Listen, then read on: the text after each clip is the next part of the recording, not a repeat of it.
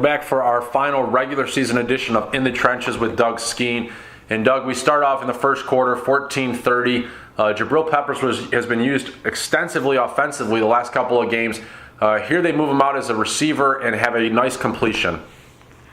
Well, it's pretty simple little formation. It's a doubles formation. All right, take the tight end and you're going to flex him out, butts to the top of the screen, 3 to 5 yards off the right tackle. Peppers is in the slot at the bottom of the screen, and he's going to run just a little underneath pattern. What catches the Ohio State linebackers off guard here is it's obvious that everybody's paying attention to number 88. He runs to the middle of the field to do a little area route. When he turns around, that sinks the front side linebacker with him. And the safety even comes up to jump that thing too.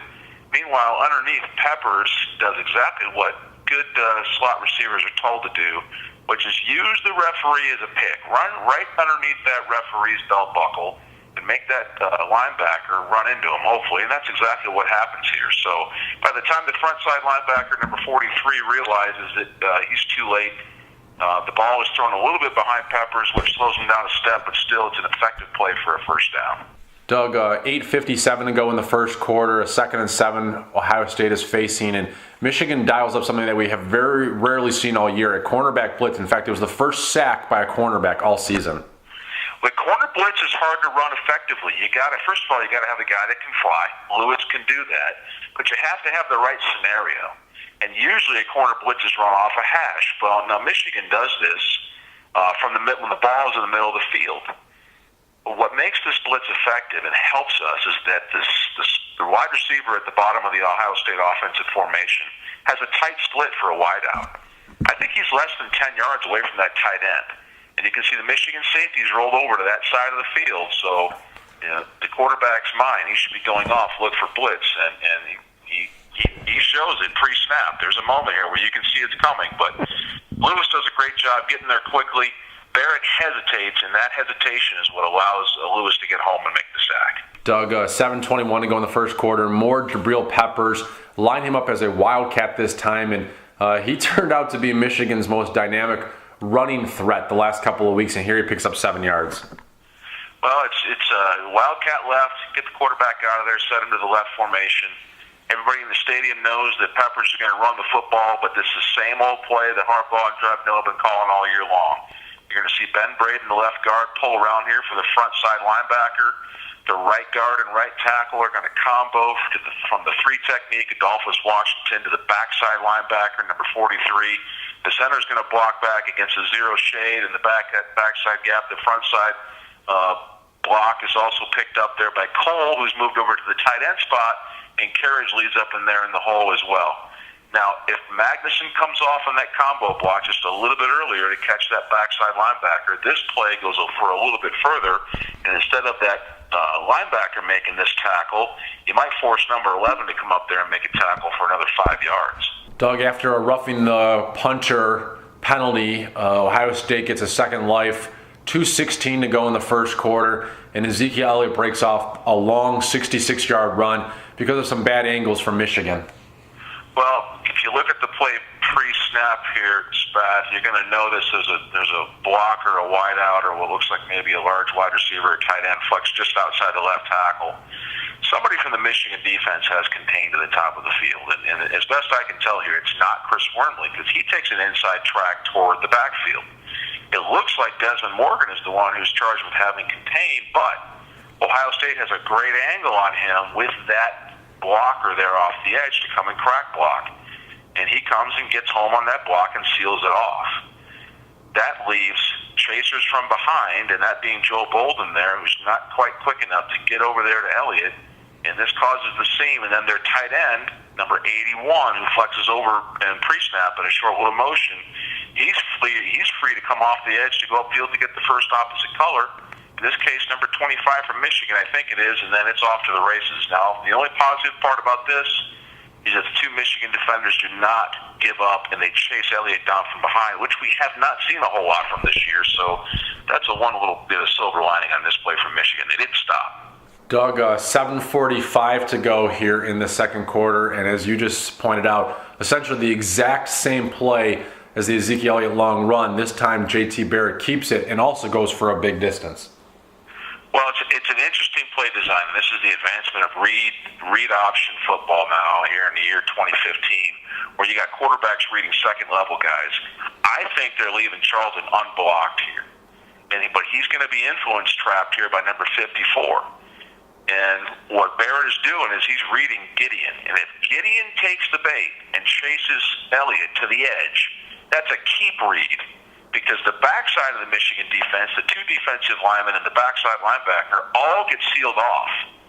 And so Gideon's running himself out of the play. That's an easy block for number 54. Doesn't even have to touch him.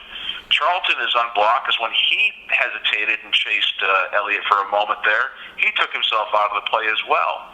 That's a keep for a shifty quarterback like Barrett, who runs the ball right up the middle, and this thing is well blocked on the backside by Ohio State. We just got to do a better job of getting off blocks and sealing that hole off. There's a hole in that defense that's 3 to 4 yards wide because of the influence of Zeke Elliott and the wise keep there by J.T. Barrett. We just got to be better at getting off blocks. Doug, our final play of the first half and one of Michigan's final good offensive plays, 1:26 to go. A little slip screen here to Davion Smith and a great block out front. Picks up 24 yards. Well, you got ace formation here, or doubles formation. You got two wide outs to the top, two to the bottom. And sometimes it's best to not run a full screen where you're running 2 or 3 linemen out there in front, because it's kind of a big key or giveaway for defensive linemen to chase from behind, and also it lets the linebackers know a screen's coming. So Michigan runs this screen off of a standard protection where Smith's going to come to the right offensive side looking like he's checking blitz. But he's not. He's escaping out of there to get into the middle. The offensive line are going to let these guys go a little bit more than they normally would, obviously, when they're regular pass blocking. You let one offensive lineman downfield to get a block. And in this case, it's Glasgow who comes out here and gets a great block on the Mike linebacker, cuts him on the far leg and gets him on the ground, and then Smith gets upfield and does what Smith does, which is run people over and grind out extra yards after contact. He's done a great job of that all year long. 9:45 to go in the third quarter. Ohio State's up 21-10. Michigan is trying to keep pace, and they've got a nice drive going here, but on 3rd and 6, Joey Bosa just uses and abuses Eric Magnuson and creates some pressure, and the whole thing breaks down, Doug. Well, the pass protection on the left side is good here. There are no blitzes coming, so Smith's allowed to escape free into his little leak route.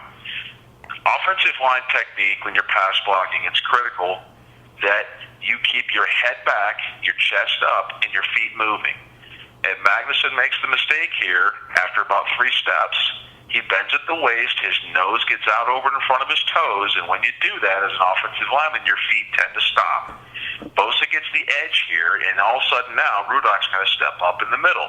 Well, what's going on in the middle is Ohio State ran an interior defensive tackle twist. So you got Adolphus Washington who's coming around all the way from the far 3 technique side, is going to loop around.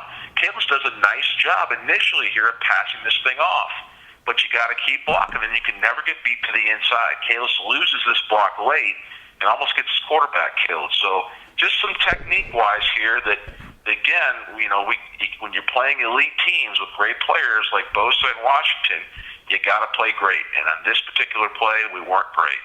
1:56 to go in the third quarter, and this is where the game gets a little bit out of hand. Michigan had such a good red zone defense, but here from the 13-yard line, J.T. Barrett makes them pay again. Well, Ohio State's going to run a little motion here. Again, if you look at their formation, again, I think trying to spread Michigan's defense out to isolate our linebackers at the second level.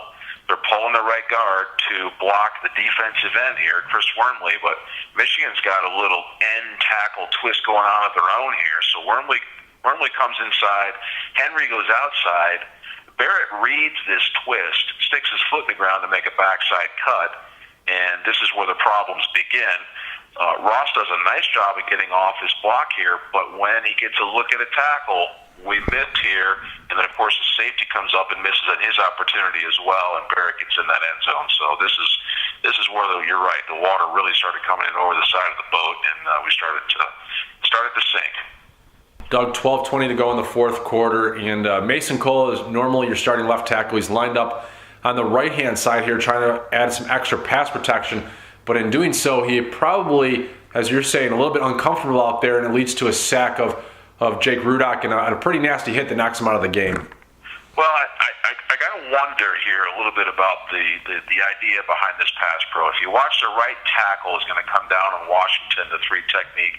The entire offensive line, including the back, is going to kind of slide left here. And so you're leaving Mason Cole out there, who's normally your left tackle, over at right tackle on an island against Joey Bosa, and with no help. And so what Cole tries to do here is sort of short set it or jump set it here and jump out and try to stop him at the line of scrimmage. It doesn't work. And when you do that against a player like Bosa, who can read and get around that pretty quickly, the problems start. So normally, Cole is at the left tackle spot, drop setting like you see guys in the NFL. They're kick and slide like Jake Long did so great for so long. The sort of the typical offensive tackle stuff. And he's over here at the right tight end position trying to short set or jump set Joey Bosa. It's just not a good combination, and the results are pretty bad. Doug, our final play of In the Trenches for the Ohio State game, unfortunately, it's a -1, but hey, when you lose 42-13, they're not going to all be pretty. This is J.T. Barrett's final touchdown run, and just more of the same issues that Michigan defense is having against this play. Well, the formation's interesting here, Spath, and then Ohio State has got a wing back. They flex their tight end there to the top of the screen on the hash. That walks out Jenkins Stone over him, and they got a wing back over here just outside their left tackle. Now, Wormley is lined up, looks like on the outside shoulder of the left tackle. When that left tackle steps inside, Wormley is crashing down with him. Now, Michigan has a run blitz on here, and they bring Morgan into the front side B gap. So my question is, who has contained?